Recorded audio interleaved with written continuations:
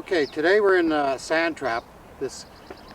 Golfers, when they get in sand traps, they have so much trouble, and it's the easiest shot in the game. It's the only shot you don't have to hit the ball. You hit a little bit behind the sand and get the club through the sand. Now I've got some different wedges here. Here's a wedge that has quite a bottom to it. It's quite big. It's got a large flange, which is very good out of the sand. Here's another one that hasn't got as large a flange. It's called a lob wedge. It has quite a bit of loft. It'll help you get it out of the sand. And here's another more conventional sand wedge too, sort of a medium flange on it. And I also have a pitching wedge here too. Now the difference between a sand wedge and the other irons, first of all, here's the pitching wedge. If you were to set it flat on the counter, the leading edge would sit flush to the counter. Now you can use this club, but the only problem with the edge being so sharp that if you swing down into the sand, the club is going to bury. So if you don't have a sand wedge, what you must do, instead of having it like that, you must lay it open a little bit. So now the flange is widened and the leading edge lifts up. Now, with this sand wedge, you sat it on the counter, the leading edge will be sitting up a little bit. So you're going to get more of a bouncing action through the sand, and that's what you want. You don't want to bury the club in the sand. Now, as I said, the sand shot is a very simple shot. You aim about an inch or two behind the sand and just swing the club through. The problem with a lot of golfers is that, first of all, they walk in the sand and they're terrorized. They think, oh, I'm not going to get this out, and they're beaten before they even get in there. And their swing is more like this. They chop down into the sand and they leave the club head there, and the ball is going to still be in the sand. What you must do is swing the club through the sand, then the ball will come out. The sand shot is called an explosion shot, and the reason is that you hit the sand explodes, and the ball will fly out. Now, one thing that's very important when you get into the sand trap is to get your feet planted in the sand. Work them down a little bit so you've got good base to work with. If you come into the trap and you're standing on the sand and you take a swing, your feet are going to shift.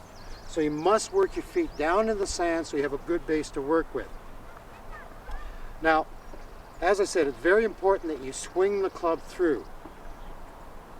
Set here, come down. It's almost a chopping motion through the sand, and the ball will get out. Now, there are some drills that you can do when you practice. There's a line drill. This line is where the ball would be. This line is where you should hit into the sand. Get your feet planted, aim for that back line, and swing down, hit that second line, and swing the club through. Second line, swing the club through. Now what you're doing is taking a slice out of the sand. The club head should come through the sand as if you had a very sharp knife going, just slicing or skimming a pound of butter. Now another drill that you can practice is what I call the donut drill. You draw a circle in the sand, the ball would be here, you aim for the back edge. This shows how much sand you will disperse when you hit into the sand. You hollow out that donut. It's very good. It gets your hands through the sand, and it also will show how much sand you are taking. Okay, now I'm going to hit a few shots. First of all, there's two types of swings that you can use. There's the V swing, when you want to go a short distance. Feet are planted, weights on the forward foot a little bit. You cock the wrists right from the start, bring it up, and you chop down and through. The ball will get up very quickly and will go a short distance. Now if you want it 50 yards or 100 yards, then you would use what I call a U swing.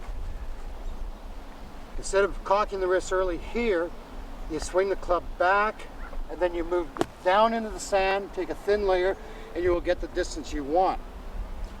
Now one thing too is that you cannot touch the sand with the club head. You can't rest it on the sand. If you swing it back and hit the sand, you're going to be penalized. Keep the club above the sand, and then move down into the sand and through the sand. Okay, now let's try a couple of shots. First one will be a V swing. Ball in between your feet, get your feet down into the sand, Put your weight on the forward foot, cock the wrists early, and then chop down.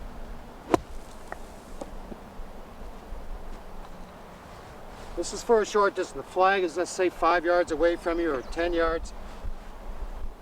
Cock the wrists early.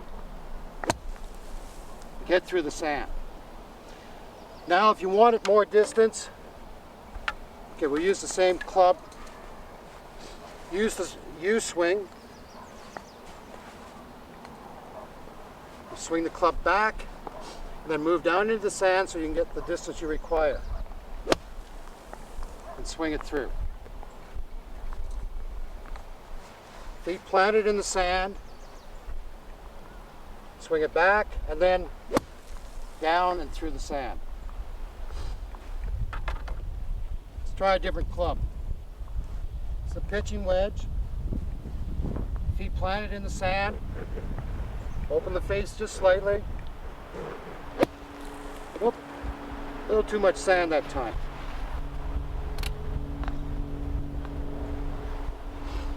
I want a little bit more distance now.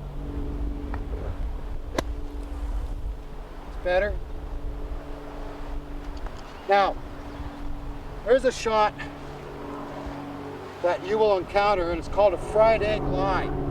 When the ball hits the sand, it disperses the sand and creates a bit of a crater. Okay, with this shot, you must close the face a little bit. The ball is going to come out low. Aim a little right at your target and swing through. The ball will come out low and roll. You've got to get down deep into the sand and swing the club through.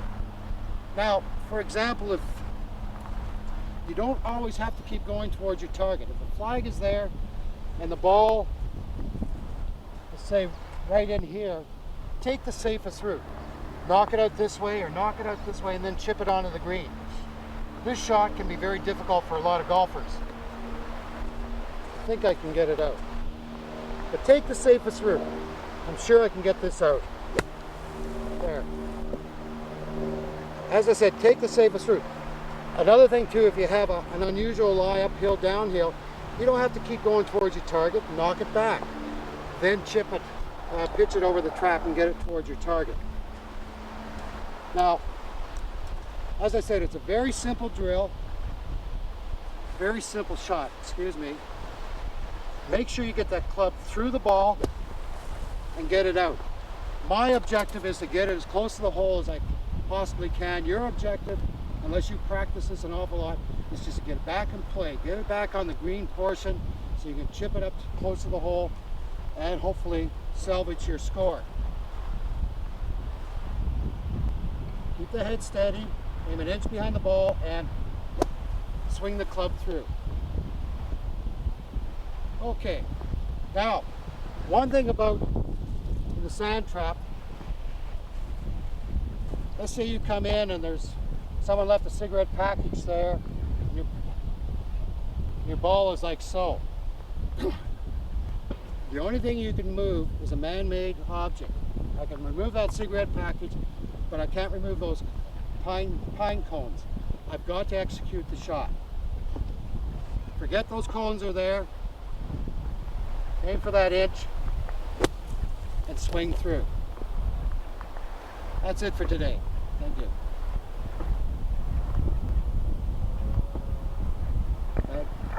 Now that you 4, 3. Good elevation. Okay, now that you've executed your shot out of the sand, it's very important you do a little housekeeping. These pine cones that were in here, now you can remove those. You know, it's a gentleman's game, so leave the course in nice condition for the following golfers. Remember to rake your footprints where you blasted the ball as you leave the trap so it's nice and smooth for the golfers behind you. Hopefully the golfers in front of you did the same for you. Just show lots of courtesy, clean up your little mess. Thank you.